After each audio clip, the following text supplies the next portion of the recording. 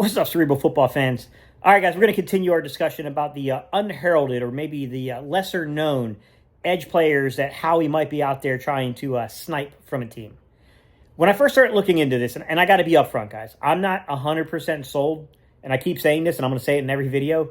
I'm not 100% sold, guys, that we're necessarily going to make a move there. But, I mean, you know they're always looking to add depth there. You know they're always looking for a young prospect. Like, if there's someone to be gained there, I wouldn't be shocked by it. But I think the first question that has to be asked is, are they really that dissatisfied with Azeez Ojulari, with Josh Uche? You know, are they really that unsatisfied with the depth there? All right. And saying that, I went around, I was scouring rosters, and I was trying to find what I would think would be considered to be a prototypical Vic edge player, right? An outside linebacker in Vic's system. And what I found is if you go back and you look at Vic since the league expanded to 11 personnel. So we're talking about 2011-ish time frame forward, right? So his San Francisco into Chicago into Denver, a little bit of Miami there years. Like, there's two players that he drafted somewhat high, right? You top 100 picks, if you will, at that position. Aldon Smith and then Leonard Floyd. Aldon Smith with the 49ers, Leonard Floyd with the Chicago Bears. A little different body styles, if I'm being quite honest, but both of them, you know, 6'2", 6'3"-ish, 6'3", I think is the marker, to be honest. 6'3", they're roughly 250 plus, and then he's looking for guys that are pretty close to, generally speaking, over 33-inch arm reach, as I think the golden marker for these type of systems. So I scoured. I'm looking through people that are basically 2020, 2021, 23, 24 draft classes that might be falling out of favor. And there's one name I came across that I want to share today that I think is a name to watch out for. Joseph Ossai, Cincinnati, the Bengals edge player. And the first thing I want to say right here is like, why? Why, Steve? Why would we watch that name? To begin with, it's a logjam in Cincinnati, right? They already have Miles Murphy there, who's probably going to be their second into potentially becoming their third, rotational guy as the season goes on, right? They drafted Shamar Stewart, went through the whole, battle for the contract there, and I'm pretty sure after all that, they're going to want to get that young man on the field. And then you also got Trey Hendrickson there. I think they've either worked a deal out recently or they're on the verge of finishing out a deal, if I remember correctly. So you got three guys there which would bury Joseph Ossai as the fourth or fifth edge player there. And this is a guy that he's pretty good. I mean, you're talking about someone who has some experience actually playing off-ball linebacker. So he's played as a stacked linebacker before, so he's got the movement skills that Vic looks for. But he's also about 6'4", between 255 to 265, just depends upon the weigh-in you're taking. All right? The young man's got like 33 and 7/8 inch arm reach, so almost 34-inch arm reach, and he's a pretty good athlete. Decent run defender, not a great run defender, but I definitely think if you get him in here, I'm banking on our program, what we're able to do here with our position coaches, and what we're able to do here in terms of like our, having Vic here as a defensive coordinator, our internal program here to develop players. This is a guy I could see, man. He's younger, he's mid-20s, a guy that I don't think it's a layup for the Eagles because you could make the same argument here that he could be the fourth edge player here, even if they bring him in. And I think the other side to the argument is, and I'm going to keep stating this, guys, because I don't know the answer. Are they really that dissatisfied with Azeez Ojulari?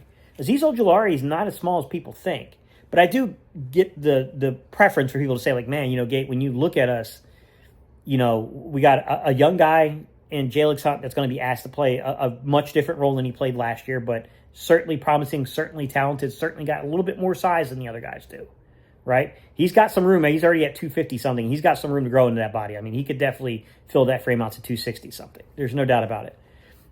You look at Nolan Smith, super, super good run defender for his size and a really good pass rusher. Still, though, we haven't seen a full, slate of games with him starting yet. There are some injury concerns there with him. I get it, guys. I see why people might be a little worried here. Uche isn't the biggest player in the world either. Even though he is bigger than Nolan Smith, he's still not the biggest player. Then you get to Azeez Ojulari for our system and our scheme and what we run. Probably not the largest player. He's adequate for what we do here, but probably not the largest player in the totality of the league if you're looking at edge players. And I think that kind of brings us to the point of like what we're talking about today, which is how do we stack these guys up? How do we weigh them against potential add-ins, right? Because if you're looking at Azeez Ojulari, you're talking about the guy that has the greatest arm reach out of all these dudes inside of the locker room. He's the guy that has that Vic-like, kind of edge playing type link to him, if you will. So Azeez Ojulari is 6'2". He's shorter, but he's about 250. All right, comes in about 34.5-inch arm reach, and Azeez Ojulari doesn't get as much credit as he deserves as being. He's a pretty dang good run defender. He's not great. He's not the upper tier of these dudes, but I mean, he's a solid run defender. He's a solid run defender in the league, to be quite honest. And he plays, with a lot of leverage because he's got decent reach. You look at that, and the other guy that reminds me of him is, you got Jalen Hunt, who's 6'4", 250-some pounds, between 250 and 255, and has about 34 3/8-inch arm reach. So if you look at a player and you're looking at like a Joseph Ossai, you got to first answer the question, are the Eagles really that dissatisfied with what they got out of Azeez Ojulari? I'm not saying yes or no, guys. I don't know. I'm not there. I didn't get the chance to watch him practice. I could also make the argument, like I made in the other video, that this is something that you can kind of let go. You can just see how things work out, right? You don't have to make this move right now. And even if you do make the move, let's keep in mind that while it's not as hard to grasp the system playing along the D line, I mean, there's still a knowledge gap that has to be closed. I mean, it's not like there's nothing to the scheme. There are different responsibilities. You have different run fits and gap containment responsibilities, things like that. So if you bring a player in at this stage, I mean, you still have to, like they haven't been here all camp. So you have to kind of worry about those type of things.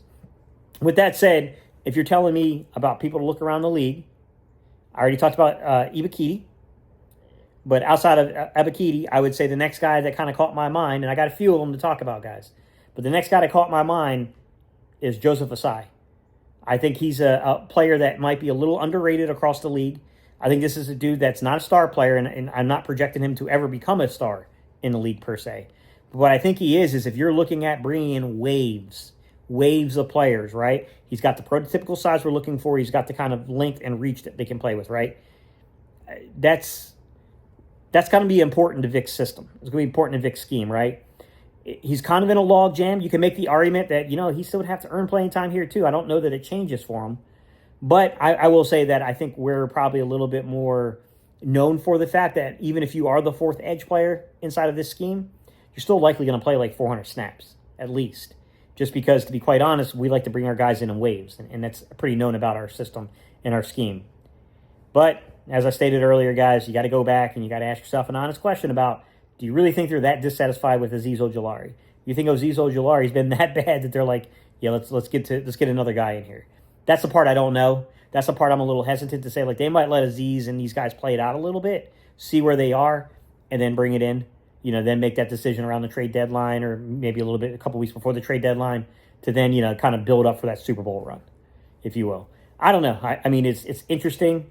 I don't know exactly which way they're going to lean, but these are the type of players I'm looking at personally, because these feel like Howie Roseman moves to me, right? Guys that most people, unless you're like a draft guy who just follows the draft, follows college football, you're probably going like, what? Who? Who are these people you're talking about? All right, y'all. Peace. I'm out of here.